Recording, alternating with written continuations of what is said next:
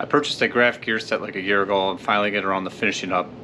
There was a couple things I had to do, but I'll show you what I've kind of noticed and went through. My SQS, I broke a tooth on the final drive one time, and it's been fine since, but I was just a little scared of maybe stuff happening, so I got this as a backup. So I have this and an SQS. I think I'm going to put this in when I put my new cylinder head on, but let's take a look. I got it kind of mocked up here, and yeah, this is the Graf all mocked up here.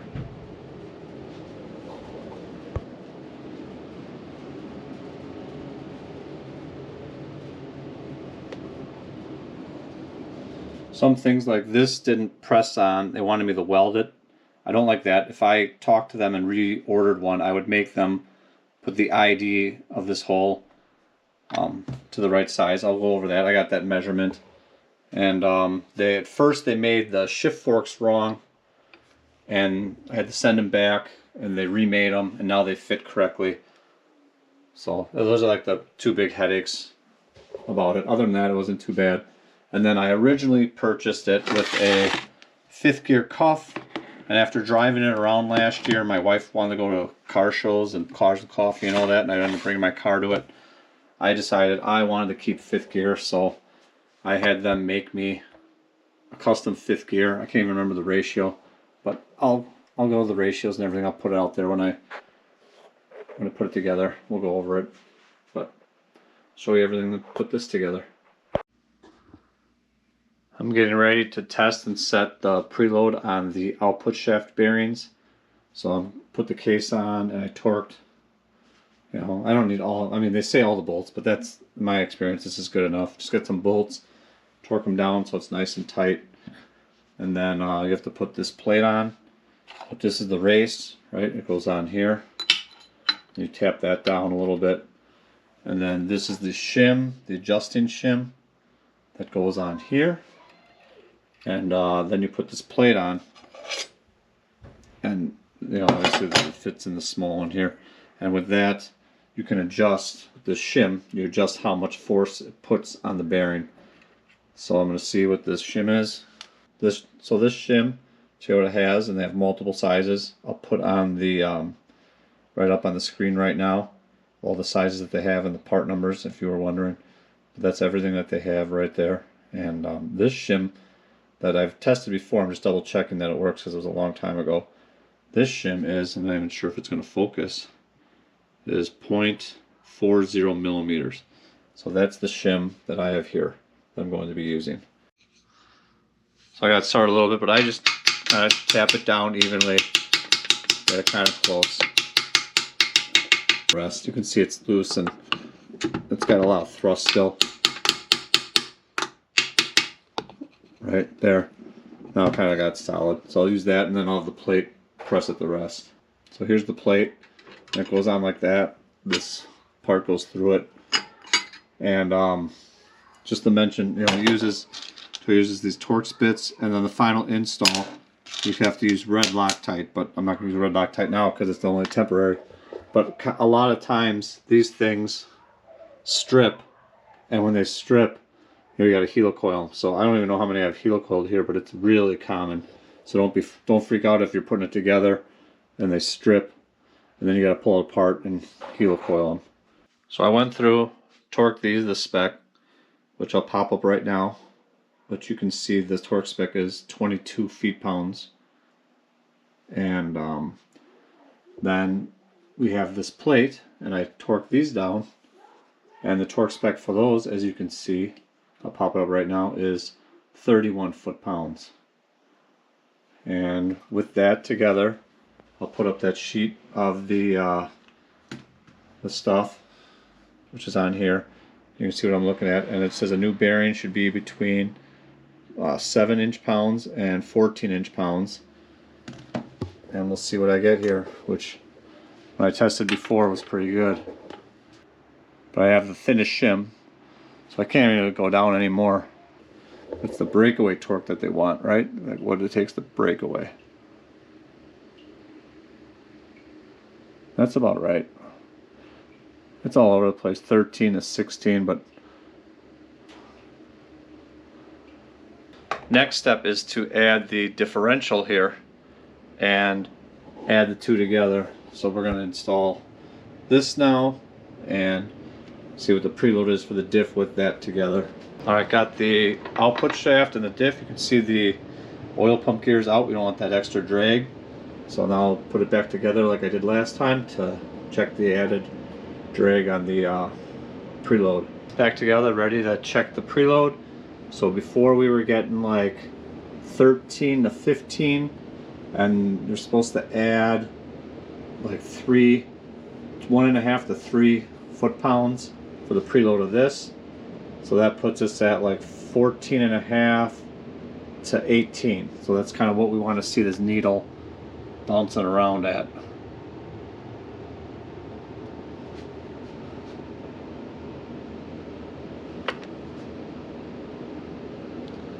That's what we got, like 18, right? We move it. Looking for like 14.5 to 18. We're kind of getting like the 18. So we're adding 3 because it was like mainly 15. So this is all in spec. I can take it apart and do the final assembly. Alright, so we got the input and the output shaft. I'm just going to go over this bearing stuff about the Graf. That if you guys order one, what you might want to say to them and what I've kind of like thought about with this. So these are the front bearings, the one that fit into the main case. And the rear bearings on the shafts are the ones that go near 5th gear. So as you can see, this is a slip fit. And they actually kind of make their bearings all slip fit, which, I mean, I guess for a race team, you know, you can be at the track and you can like pull it apart and do it, but I just don't like it. So this one for some reason did not slip fit. Once I pressed it on, it was on there good. But when I measured, this is a other output shaft I have, because this one is a 4 point, it says here, I don't know if I can get you guys to see it here, but it's 4.23 final drive, right? And this one, they don't even list it on it. Well, this one's a 4.0. So this is the 4.23, this is the 4.0. And when I measured this, because I didn't want to peel this bearing off, when I measured this, it looked like it was going to be a slip fit, which I have an old bearing here. Kind of goes, it doesn't slip. It actually is decent, but you could probably like tap it on. So that one's not really too bad. Right? That one's not too bad. That one on. But this I don't like. So what I'm going to do with this is, there's like a Loctite you can use for bearings. I was going to put it on, slide it in, and then it will lock at the race, and then it's like hard to get off. Just like Loctite for a bulb. So I was going to do that on this one. And this one is staying good, so I don't have to. But if you get one and it slipped, you would want to do that, I think, on these two for sure. Because you can change all the gears without needing to pull these off. This one was a slip fit. I think I have a video of it earlier when I spin it and the inside spins with it, which I'll pull. Now I put this old bearing on here, and you can see, you start seeing the inside is already spinning a little bit. Like it's not even tight. That's so weird, eh? I didn't want to try and put the new bearing, but here's the brand new bearing. And when I put it on here, like I said, I just don't like how it's a slip fit. I wish it was more of a press on. I'm trying to do it just slides on and off. And then when you spin this, just gonna lay it down again. I don't know if you can tell because it's so clean, but the inside is spinning with it. Not as much as the rear, but it spins on it. So, I don't know. That's one thing I don't like close right now. Anyway, now that you have this clip, right, which is like a shim, or not a shim, but whatever spacer thing it clips in, now it makes it tight. Now you can see that the inside does not spin because it's putting pressure. So I went and now I'm like, oh, I like that. Now when I pull that off, I can just pull this off for a fast, easy fix. So as long as this is in here tight, it puts pressure on the whole stack and keeps that tight. So that's good. And then I started thinking about this one. This is, as you can see, this one is a slip fit also. I can just pull this on and off. And I was gonna maybe do that Loctite on here, but then I started thinking about when I put 5th gear on here and then you tighten this nut, it's going to press everything down and basically pinch that inner race and hold it. So I don't think I need that on this anymore. So if I was going to go with Graf, I'll post all my numbers I got on here right now. See those numbers? You can see how the Graf on all of them have a smaller OD on the shaft compared to stock, where stock is all press fit. Well, anyway, back to this. You can pause that if you need to. I would just change the 2 fronts and maybe give them a spec to have the 2 fronts match stock. And then press this on, and that's it. And then the other thing was with the oil pump drive gear, they made it, I'll post those numbers up right now. You can see it was a slip fit where the ID was bigger than the OD of the shaft, right? And stock, you can see it's a 0.05 millimeter interference fit, the press on. So you'd have to almost like cool the shaft and heat up the gear a little bit and then go and press it. Well, here we're back. So Graf said that they didn't have a lot of people have presses. They made it the weld on, which I don't like this. So I would order, the things I would change is I would order this gear with a smaller ID, so it's press, and make these 2 parts of the shaft a bigger OD, but the rest of everything is fitting great and looks good. So that's my opinion. And but like I said, if it does come with a slip fit, to fix this is just Loctite stuff, so it's not even that big of a deal if you want to make it more of a permanent fit. Just clean the shaft and the inner race with acetone, and here's the Loctite I'm borrowing from my buddy. We'll just give this a real little couple dabs just to hold it. That's all it'll take, and then I'll put in the press. Working with one hand with the phone, so I had to just put it in, but I got it in. Got the race in being pressed. Got slight pressure on it, so I'll just leave it overnight to cure here, and I'll pull it back out. So I was just testing. I had the case together, and I was looking through the shifter hole, and I noticed that, well, first of all, this shaft, when it's in, you have to pull it up to get the snap ring over the case, right? And I was just test fitting. And it kind of looks like this. I was looking, and it's like really flush here. I got feeler gauges in there to act like it's being pulled up for that snap ring, or that clip or whatever, right? And I noticed that if you look here, 2nd gear does not line up that great. So I would have to say, I would tell Graf they got to bring 2nd gear down. And I'll take a measurement here on how much lower it is. But otherwise, 3rd gear lines up good, 4th gear lines up good, and 1st gear lines up good. It's just 2nd gear. So let me get a measurement on that. So here's the whole input shaft. And I was thinking, remember moving this gear down 2.5 millimeter, and then it would they'd have to have a lip here to stop this gear, like I'll show you. So this bearing goes on, and then here's 3rd gear. 3rd gear goes on, and it's just tight. So they'd have to move that down and then put a spacer, like have a spacer put in, or another thing you could do is just make this gear wider. Just take this gear and extend it another 2.5 millimeter. Who cares? And just make it like that. And yeah, I think it'd fit in there. So that would be the best, and you have the ability to go up and down. I mean, look at 1st gear, how wide it is, right? Just make 2nd gear down, bring it out like 3 millimeter, and I'll look closer to see if it's gonna contact anything if I make it like that. And when I got it apart, I thought I'd show you how 3rd gear is like 2 pieces, so that they can have the dogs not interfere with the teeth, like the SQS. When they cut the teeth, they make it look gear 1, and it just cuts through the dogs and kind of makes them weaker. So that's one big advantage of the Graf versus SQS is in 3rd gear. See that? Now if they cut the teeth, they would just ruin all the dog engagement in here. All right, gonna just do a little time lapse and put it together. Just got everything laying out here, kind of organized somewhat. So let's put it together.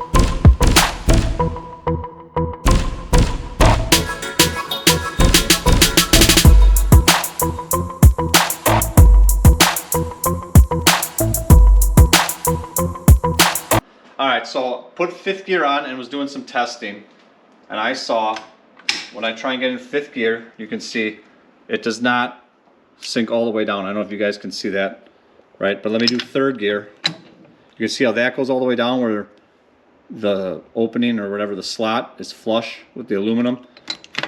And when I do that, it does not go all the way down. It's not sinking into the detent. But when I pull this off, let me do this quick. So got that off, and if I go like this, you can see it goes all the way down now. And that's because the dogs here are bottoming out on this, on the selector. So, so it cannot go any more down. And then you can also see that this 5th gear is taller than that 5th gear, roughly the same amount as this was sitting up, which is 50 thou. So now we need to come up with a way to get this gear to go down 50 thou without ruining this, because I need to have this from top to bottom the same distance, and I gotta be able to put this on, and I gotta put a clip here that is also like a shim, because Toyota sells them in different thicknesses. So either I gotta machine the top part here or the bottom part of this gear. And you can see when you put it in, I would only have to do that little bit and the inside of this channel. So we're gonna try and lathe this bit 50 thou so the gear sits down. Alright, switched our bet. We couldn't get the gear in the lathe, so we're gonna go with machining down the lip of this, and just for starting point, we're at about 5.1, we'll say, millimeters.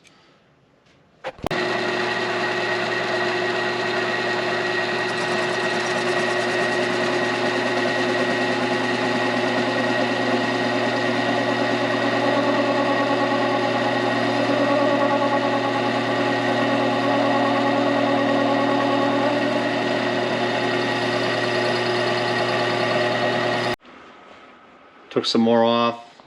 Now it's looking pretty good. So I'll take a measurement here. About 3.71 or 3.7 is what we would need.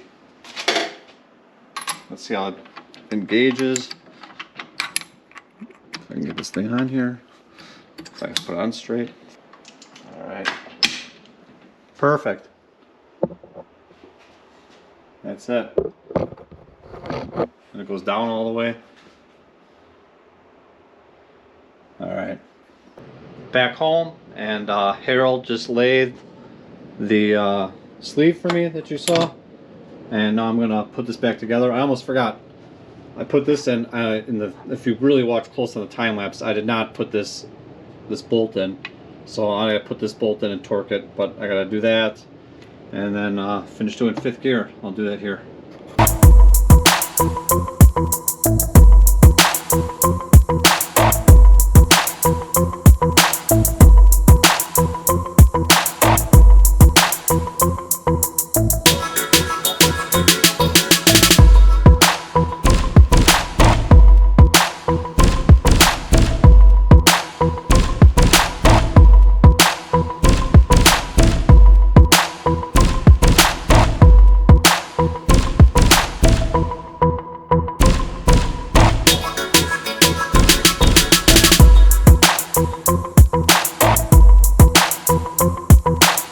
finally the trans is done. I'm happy about this. I've been slacking on this way too long, but it turned out great. You can see a couple things. I got I got to torque the reverse switch. I never did that. I got ARP bolts for here, and then I got to get a bolt in the speed sensor. I just threw that in, but I don't have the right ARP bolts here. And yeah, that's about it. I think the thing turned out great. And then I got to mate the transfer case, which I didn't have any videos of that, but I did this a lot earlier. It's just powder coated, nothing special inside. It's just cleaned up and done. So I don't like to put this together till right before it goes in the car because it's a lot of weight to carry, and I'm in my basement right now putting this together. So, alright, thanks for watching, and this will go in the car. I'll take the SQS out and put this in